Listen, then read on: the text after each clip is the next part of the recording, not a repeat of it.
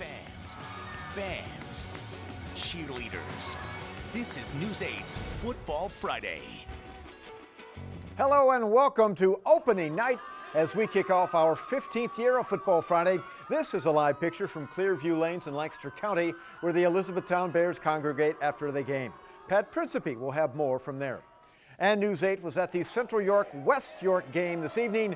Mike Straub has highlights from that matchup. And I'm Mike Hostetler. Barbara Barr will be joining me later here in our studios. Our crews covered the Siskiyou Valley to bring you 16 games tonight. And what a way to kick off opening night. An overtime thriller between two of the top teams in AA, Trinity and Lancaster Catholic, both ranked in the top 5 in the state in the preseason polls. Shamrock students ready for this one. They're out in full regalia, and they were treated to a dandy. Third quarter, Trinity trailing, but with the ball, Patrick Dill rolls out. Hits Christopher Lenz on the sidelines. He sheds a defender, picks up a blocker, and then bolts 63 yards to pay dirt. Shamrocks go up 21-20. After a Crusader score, Trinity answers with Adam Geiger right up the middle. From 3 yards out, they're back on top 29-26. Last chance for Catholic on fourth down, under a minute to go. Charles Bell heaves it deep for Charles Swigert. Great catch behind the defender. He takes it inside the 10. Crusaders elect to go for the field goal and the tie. Satchel Ziffler knocks it through with just seconds to spare, and we're headed to overtime. Catholic gets the ball first to start OT. First play, it's Brandon Hollister. Around the left side, straight through the defense, and Crusaders are up 7. Trinity needs to answer. Dill with the ball, back to pass, but he sees something and takes off running. The ball's popped out from behind. Sean Titus recovers for the Crusaders in the end zone, and that's the ball game. What a thriller to start the season. Lancaster Catholic comes away 36-29 with a victory in overtime over the Shamrocks. Woo, what a way to start us off. Now with more great action, here's Mike Straub in York County. Thank you very much, Mike Costello, in here with some fired-up Panthers. As you can see, they're celebrating on West York's field tonight. Let's go to the highlights. The hometown Bulldogs won this matchup 3 straight years. Pickup action late in the second quarter, 7-0 Central. Caden Hepler finds Zach Smith, and he is gone. 82-yard touchdown for Smith. Makes it a 7-7 game at the half, and Hepler has life fired up in this one. But Central answers back in the third and fourth. 96-yard drive caps off when Brandon Baker fakes it back to Nate Trona. Gets everyone to bite. 13-7 Central. West York cannot find the answer, and a classic ends with Central on top, 13-7. The celebration is on. The celebration is on. All right, let's get in here. Let's get in here. For the seniors on this team, this had to be especially feel good. Jaleel Ford, senior on this squad. How does it feel to get this win tonight? It feels amazing. We've been working hard all summer, and as you can see, it paid off tonight, baby. Well said, well said. Quarterback Brandon Baker. You guys had something to prove after last season. Would you say that? Yes, we did, and we did it, baby. We're going undefeated. Let's go, baby. There it is. These guys are fired up. Everybody's having the inside. Let's go to Pat Principe. Go.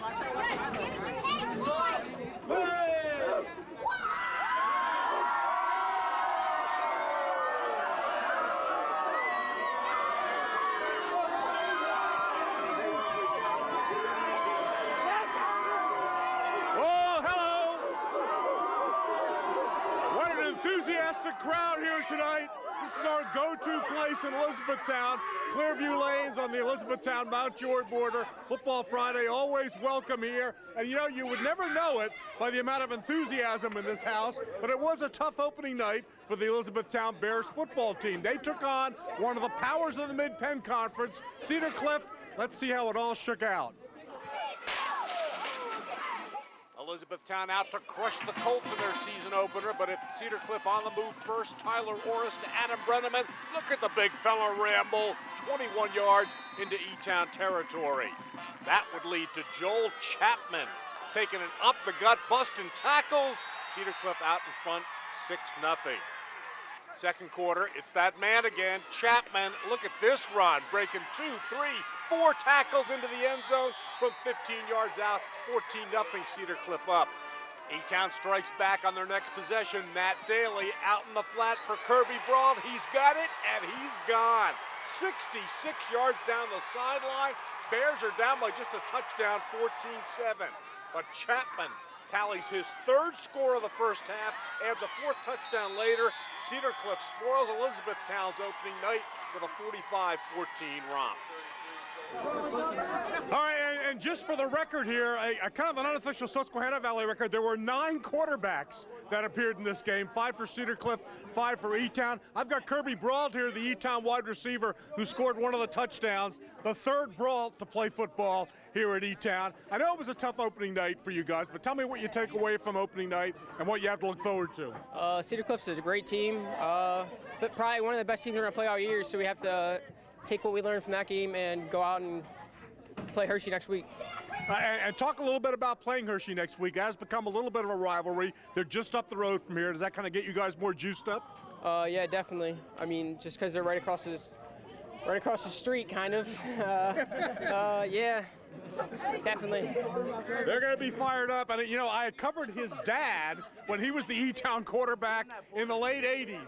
You want to talk about feeling old? That's the way I feel right now. Great job tonight, guys. Lots of enthusiasm. We'll be back with more from Clearview Lanes.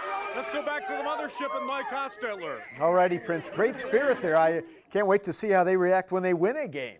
Another whopper of a matchup that went to overtime. Central Dauphin and its sensational running back Zaid Esau taking on a senior-laden Manheim Township squad led by quarterback Brennan Scott. Game tied at halftime, and the offenses would come alive in the second half. Township with the ball driving. Brennan Scott finds Tyler Karpinski down the seam. Nice pitch and catch. Karpinski rumbles all the way to the house, and the streaks go up 14-7. Central Dauphin answers. Zaid Esau, he's only a junior, blasting through a hole on the left side, a wide open space, and he darts 40 yards. Game's all tied up. Fourth quarter now, it's Esau again with the rock, busting it down the sidelines. Township defenders just can't bring him down. He rushed for 176 yards, and CD leads it 21-14. But with just a minute to go, here comes Township. Scott Saladay plows in from close. We're all tied up and headed to overtime. CD scores with its first possession. 4th and 16 for Township. They need to score, but Scott can't find anyone open. He's pushed out of bounds, and that gives Central Dauphin a dramatic victory in overtime, 28-21.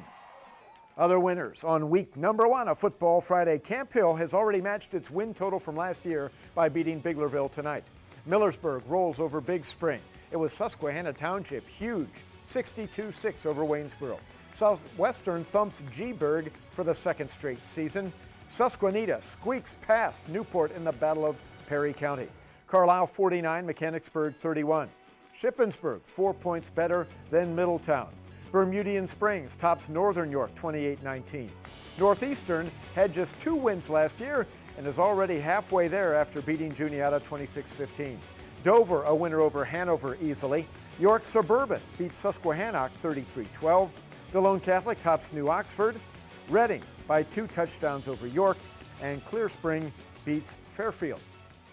Don't forget to vote for the Paul Davis Restoration Play of the Week. We'll pick 3 of the best plays from Football Friday, and you can vote for the best one on WGAL.com. See the plays on News 8 at 5:30 on Monday evenings. We'll announce the winner then on Thursday night. Don't go anywhere. Up next, the emotional night at Manheim Central as the Barons pay tribute to their fallen teammates.